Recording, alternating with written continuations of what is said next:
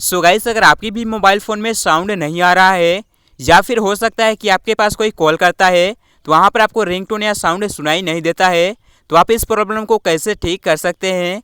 तो इस प्रॉब्लम को ठीक करने के लिए सबसे पहले आपको अपने मोबाइल फ़ोन की सेटिंग्स को ओपन कर लेना है। ओपन हो जाने के बाद आपको यहाँ से स्क्रॉल करते हुए थोड़ा सा नीचे आना है।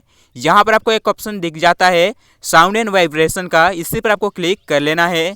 अगर आपके भी मोबाइल में कुछ इस तरह का इंटरफेस शो हो रहा है तो आपको यहाँ से सभी को हाई वॉल्यूम कर देना है।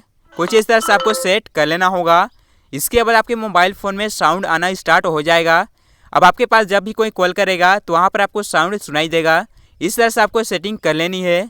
अब आपको थोड़ा सा नीचे आना है। अगर आपके मोबाइल फ़ोन में ये दोनों ऑन है तो आपको यहाँ से भी इसे ऑफ कर देना है। अब आपको चेक कर लेना है कि आपका मोबाइल फ़ोन साइलेंट तो नहीं है, तो उसके लिए आपको यहाँ टर्न ऑफ पर क्लिक कर लेना है।